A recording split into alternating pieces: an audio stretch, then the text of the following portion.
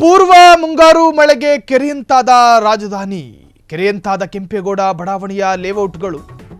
BDA Kempegowda ಬಡಾವಣೆ ಮುಂಗಾರು ಮಳೆಗೆ ಅಧ್ವಾನ ಆಗಿದೆ. ಪೂರ್ವ ಮುಂಗಾರು ಮಳೆಗೆ ಬೆಂಗಳೂರು ಅನ್ನೋದು ಲೇಕ್ಗಳಾಗಿದೆ, ಕೆರೆಗಳಾಗಿದೆ. ಕೆರೆಯಂತಾದಂತಹ ಕೆಂಪೇಗೌಡ ಬಡಾವಣೆಯ ಲೇಔಟ್ಗಳು. ಬಿಡಿಎ ಕೆಂಪೇಗೌಡ ಬಡಾವಣೆ ಮುಂಗಾರು ಮಳೆಗೆ ಅಧ್ವಾನ ಎದ್ದೋಗಿದೆ. ಅಕ್ಷರಶಃ ಕೆರೆಯಾದ ಬಿಡಿಎ ಕೆಂಪೇಗೌಡ ಬಡಾವಣೆ.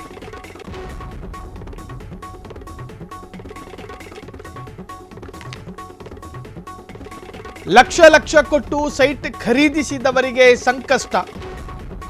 ಭಾರಿ ಮಳೆಗೆ ಮುಳುಗಿದ ಬಿಡಿಎ ಸೈಟ್ಗಳು. ಬಿಡಿಎ ಸೈಟ್ಗಳ ಕಥೆನೇ ಹಿಂಗಾದ್ರೆ ಪೂರ್ವ ಮುಂಗಾರು ಮಳೆಗೆ ಕೆರೆಯಂತಾದಂತಹ ರಾಜಧಾನಿ. ಕೆರೆಯಂತಾದ ಕೆಂಪೇಗೌಡ ಬಡಾವಣೆಯ ಲೇಔಟ್ಗಳು ಇನ್ನು ಜೂನ್ ಜುಲೈಯಲ್ಲಿ ಶುರುವಾಗುವಂತಹ ಮಳೆಗೆ ಸಮುದ್ರ ಆಗುತ್ತೋ ಏನು ಬಿಡಿಎ ಸೈಟ್ಗಳು. ಬಿಡಿಎ ಕೆಂಪೇಗೌಡ ಬಡಾವಣೆ ಮುಂಗಾರು ಮಳೆಗೆ ಅಧ್ವಾನ ಆಗಿದೆ. ಇನ್ನು ಬಿಡಿಎ ಸೈಟ್ಗಳನ್ನ ಜನ ಹೆಂಗೆ ನಂಬಿ ಖರೀದಿ ಮಾಡಬೇಕು? ಬಿಡಿಎ ಸೈಟ್ಗಳು ಅಂತ ಹೇಳಿದ್ರೆ ಜನಸಾಮಾನ್ಯರಿಗೆ ಹೌದು, ಸರ್ಕಾರದ ಒಂದು ಭಾಗ ಬಿಡಿಎ ಕೊಡುವಂತಹ ಸೈಟ್ಗಳಲ್ಲಿ ಒಂದಷ್ಟು ಲಾಭಗಳಿರ್ತಾವೆ, ಒಂದಷ್ಟು ಸವಲತ್ತುಗಳಿರ್ತಾವೆ. ಬೇರೆ ಬೇರೆ ಸೈಟ್ಗಳ ಹಾಗಲ್ಲ, ಎಲ್ಲ ದಾಖಲೆಗಳು ಕೂಡ ಸರಿ ಇರ್ತಾವೆ ಅನ್ನೋ ನಂಬಿಕೆ ಇದೆ ಜನಸಾಮಾನ್ಯರಿಗೆ. ಆದರೆ ಒಂದು ಮಳೆಗೆ ನೀವು ಗಮನಿಸ್ತಾ ಇದ್ದೀರಿ, ಒಂದು ಮಳೆಗೆ ಬಿಡಿಎ ಕೊಟ್ಟಂತಹ ಸೈಟ್ಗಳ ಅಕ್ಕಪಕ್ಕ ಅಕ್ಷರಶಃ ಲಿಟ್ರಲಿ ಕೆರೆಯಂತಾಗಿದೆ. ಹಾಗಾದರೆ ಯಾವ ನಂಬಿಕೆಯಿಂದಾಗಿ ಬಿಡಿಎ ಸೈಟ್ಗಳನ್ನು ಖರೀದಿ ಮಾಡೋದು? ಈಗಾಗಲೇ ಬಿಡಿಎ ಸೈಟನ್ನು ಖರೀದಿ ಮಾಡಿದವರಿಗೆ ಇದೊಂದು ತರಹದ ಸಂಕಷ್ಟ. ಯಾರ್ಯಾರು ಖರೀದಿ ಮಾಡಿರ್ತಾರಲ್ಲ ಅವರು ಈ ಅಧ್ವಾನ ನೋಡಿ ನಿಜಕ್ಕೂ ಕೂಡ ಟೆನ್ಷನ್.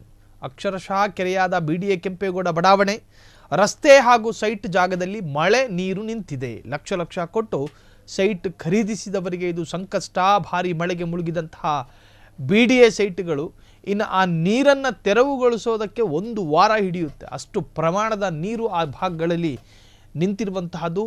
ನಂಬಿಕೆಯಿಂದ ಸೈಟ್ ಖರೀದಿ ಮಾಡ್ತೀವಿ, ಆದರೆ ಅಂತಹ ಸೈಟ್ಗಳು ಕೆರೆಯಂತಾದರೆ ಅದಕ್ಕೆ ಯಾರು ಹೊಣೆ, ಯಾರು ಮಾಡ್ತಾರೆ ಪರಿಹಾರ ಎನ್ನುವಂತಹದ್ದು ಖರೀದಿದಾರರ ಒಂದು ರೀತಿಯ ಗೊಂದಲಮಯವಾದಂತಹ ಟೆನ್ಷನ್.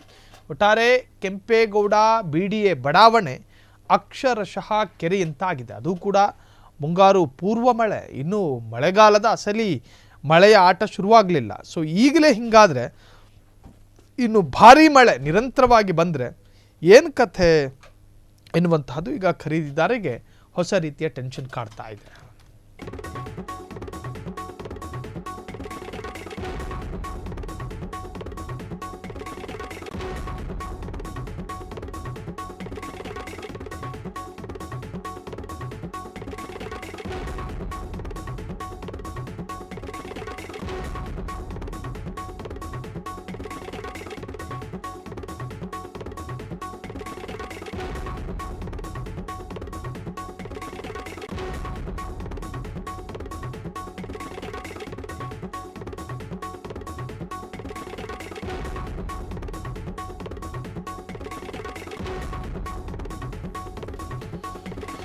ಕೆಂಪೇಗೌಡ ಬಿಡಿಎ ಸೈಟ್ಗಳ ಕಥೆ ನಿಜಕ್ಕೂ ಕೂಡ ಮುಂಗಾರು ಪೂರ್ವ ಮಳೆಗೆ ಇಷ್ಟೊಂದು ಅಧ್ವಾನ ಎದ್ದಿದ್ರೆ ಇನ್ನು ಅಸಲಿ ಮುಂಗಾರು ಶುರುವಾದರೆ ಇದು ಕಥೆ ಏನು?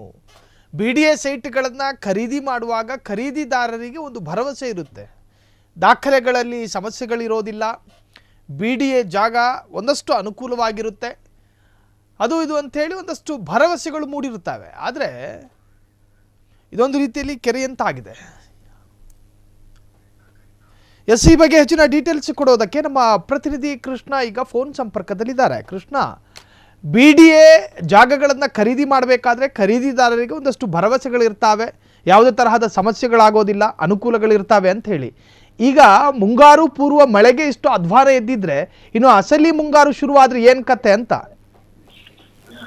ಮುಸ್ತಫ, ಕಳೆದ 2 ದಿನಗಳ ಹಿಂದೆ ರಾಜಧಾನಿ ಬೆಂಗಳೂರಲ್ಲಿ ಸುರಿದಂತ ಧಾರಾಕಾರ ಮಳೆಗೆ ಅಲ್ಲೋಲ ಕಲ್ಲೋಲ ಆಗಿದೆ. ಯಾಕಂದ್ರೆ ಇನ್ನೂ ಮಳೆಗಾಲ ಆರಂಭ ಆಗಿಲ್ಲ. ಮಳೆಗಾಲ ಪೂರ್ವದಲ್ಲಿ ಬೆಂಗಳೂರಿನ ವಿವಿಧ ಭಾಗದಲ್ಲಿ ಸಾಕಷ್ಟು ಮಳೆ ಸಂಭವ ಆಗಿದೆ. ಸಾಕಷ್ಟು ಮನೆಗಳಿಗೆ ನುಗ್ಗಿದೆ. ರಸ್ತೆಗಳಂತೂ ಕೆರೆಗಳಾಗಿವೆ. ಅದರಲ್ಲೂ ಪ್ರಮುಖವಾಗಿ ಬೆಂಗಳೂರಿನ ಪ್ರತಿಷ್ಠಿತ ಲೇಔಟ್ ಅಂದ್ರೆ ಅದು ಕೆಂಪೇಗೌಡ ಲೇಔಟ್. ಕಳೆದ 10 ವರ್ಷಗಳ ಹಿಂದೆ ಬಿಡಿಎ 4,000 ಎಕರೆ ಜಾಗದಲ್ಲಿ ಕೆಂಪೇಗೌಡ ಲೇಔಟ್ ಅನ್ನು ನಿರ್ಮಾಣ ಮಾಡಿದ್ದಾರೆ. ಆದ್ರೆ ಒಂದು ಸಣ್ಣ ಮಳೆಗೆ ಇಡೀ ಕೆಂಪೇಗೌಡ ಲೇಔಟ್ ಮುಳುಗಿದೆ ಅಂದ್ರೆ ಬೆಂಗಳೂರಲ್ಲಿ ಬಿಡಿಎ ಎಷ್ಟರ ಮಟ್ಟಿಗೆ ಲೇಔಟ್ ಅನ್ನು ನಿರ್ಮಾಣ ಮಾಡಿದರೆ, ಎಷ್ಟರ ಮಟ್ಟಿಗೆ ಪರ್ಮಿಷನ್ ಮಾಡಿದೆ ಅನ್ನೋದು ಕೂಡ ಇಲ್ಲಿ ಸ್ಪಷ್ಟ ಗೊತ್ತಾಗ್ತದೆ.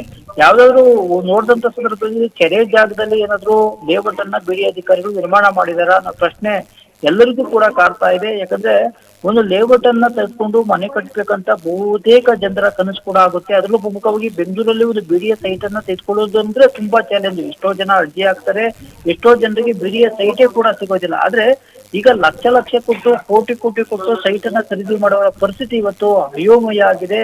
ಬೆಂಗಳೂರಿನಲ್ಲಿ ಬಿಡಿಎ ಸೈಟ್ ಅನ್ನ ತೆಗೆದುಕೊಂಡಿರುವ ಪರಿಸ್ಥಿತಿ ಇವತ್ತು ಹೇಳಕ್ಕೆ ಆಗದಂತ ಪರಿಸ್ಥಿತಿ ಕೂಡ ನಿರ್ಮಾಣ ಆಗಿದೆ. ಯಾಕಂದ್ರೆ ಕಳೆದ ಕೆಲ ದಿನಗಳ ಹಿಂದೆ ಅಂದ್ರೆ 2 ದಿನಗಳ ಹಿಂದೆ ಸುರಿದಂತ ಧಾರಾಕಾರ ಮಳೆಗೆ ಇಡೀ ಕೆಂಪೇಗೌಡ ಲೇಔಟ್ ಏನಿದೆ ಅದು ಸಂಪೂರ್ಣವಾಗಿ ಜಲಮಯ ಆಗಿದೆ. ಲೇಔಟ್ ಅಲ್ಲಿ ಸೈಟ್ ಅಲ್ಲಿ ಇಡೀ ನೀರು ಕೂಡ ತುಂಬಿಕೊಂಡಿದೆ. ಒಂದ್ ಕಡೆ ಮನೆ ಕಟ್ಟಿದ ಪರಿಸ್ಥಿತಿ ಯಾವ ರೀತಿ ಆಗ್ತಾ ಇತ್ತಂತ ಸೈಟ್ ತೆಗೆದುಕೊಂಡಿರೋ ಪರಿಸ್ಥಿತಿ ಇವತ್ತು ಕೇಳಕ್ ಆಗ್ತಾ ಇಲ್ಲ. ಅಷ್ಟರ ಮಟ್ಟಿಗೆ ಸಮಸ್ಯೆ ಕೂಡ ಉದ್ಭವ ಆಗಿದೆ. ಹೀಗಾಗಿ ಬಿಡಿ ಎಲ್ಲವೂ ಕಡೆ ಸಮರ್ಪಕವಾಗಿ ವೈಜ್ಞಾನಿಕವಾಗಿ ಲೇಔಟ್ ಅನ್ನ ಮಾಡದ ಪರಿಣಾಮವಾಗಿ ಈ ರೀತಿಯ ಸಮಸ್ಯೆ ಆಗಿದೆ ಅಂತ ಕೂಡ ಇಲ್ಲಿ ಸ್ಪಷ್ಟವಾಗಿ ಗೊತ್ತಾಗ್ತದೆ. ಹೀಗಾಗಿ ಬಿಡಿಗೆ ಕೂಡ ಜನ ಒತ್ತಾಯವನ್ನ ಮಾಡ್ತಾ ಇದ್ರೆ, ಯಾಕಂದ್ರೆ ಈಗಲೇ ಮಳೆ ಬಂದಂತ ಸಂದರ್ಭದಲ್ಲಿ ಇಡೀ ಸೈಟು ನೀರಿಗೆ ತುಂಬಿ ಹೋಗುತ್ತೆ. ಈಗ ಮನೆ ಕಟ್ಟಿದ ಮುಂದೆ ಪರಿಸ್ಥಿತಿ ಏನಾಗುತ್ತೆ ಅನ್ನೋ ಪರಿಸ್ಥಿತಿ ಕೂಡ ಈಗ ಜನರಿಗೆ ಕೂಡ ಕಾಡ್ತದೆ. ಹೀಗಾಗಿ ಸಾಕಷ್ಟು ನಿವೇಶನರು ಕೂಡ ಹೇಳ್ತಾ ಇದ್ರೆ ನಮ್ಗೆ ಬದಲಿ ನಿವೇಶನ ಕೊಡುವಂತ ಪ್ರಯತ್ನವನ್ನ ಬಿಡಿಎ ಮಾಡಬೇಕು. ಯಾಕಂದ್ರೆ ಮಳೆ ಬಂದಂತ ಸಂದರ್ಭದಲ್ಲಿ ಪ್ರತಿ ಬಾರಿ ಮಳೆ ಬಂದಂತ ಸಂದರ್ಭದಲ್ಲಿ ಇದೇ ರೀತಿಯ ಪರಿಸ್ಥಿತಿ ಕೂಡ ನಿರ್ಮಾಣ ಆಗುತ್ತೆ. ಹೀಗಾಗಿ ಮನೆ ಕಟ್ಟಿಗೆ ನಮ್ಗೆ ಮತ್ತಷ್ಟು ಸಮಸ್ಯೆ ಆಗುತ್ತೆ. ಹೀಗಾಗಿ ಪರ್ಯಾಯ ಸೈಟ್ ಅನ್ನ ಕೊಡಿ ಅಂತ ಬಿಡಿಗೆ ಒತ್ತಾಯವನ್ನ ಮಾಡಿದ್ರೆ ಬಿಡಿಎ ಇಲ್ಲಿವರೆಗೂ ಯಾವುದೇ ನಿರ್ಧಾರವನ್ನ ಕೂಡ ತೆಗೆದುಕೊಂಡಿಲ್ಲ. ಸೈಯದ್, ಥ್ಯಾಂಕ್ ಯು ಕೃಷ್ಣ ತಮ್ಮೆಲ್ಲ ಡೀಟೇಲ್ಸ್ಗೆ. ಒಟ್ಟಾರೆ ಖರೀದಿದಾರರು ನಾನಾ ಭರವಸೆಗಳನ್ನ ಇಟ್ಕೊಂಡು ಬಿಡಿಎ ಸೈಟ್ಗಳನ್ನು ಖರೀದಿ ಮಾಡ್ತಾರೆ. ಆದರೆ ಈ ತರಹದ್ದಾದರೆ ಇನ್ನು ಮುಂಗಾರು ಸಂದರ್ಭದಲ್ಲಿ ಅಸಲಿ ಮಳೆಗೆ ಏನಾಗಬಹುದು ಅಂತ ಹೇಳಿ ಜನ ಭಯಪಡ್ತಿದ್ದಾರೆ.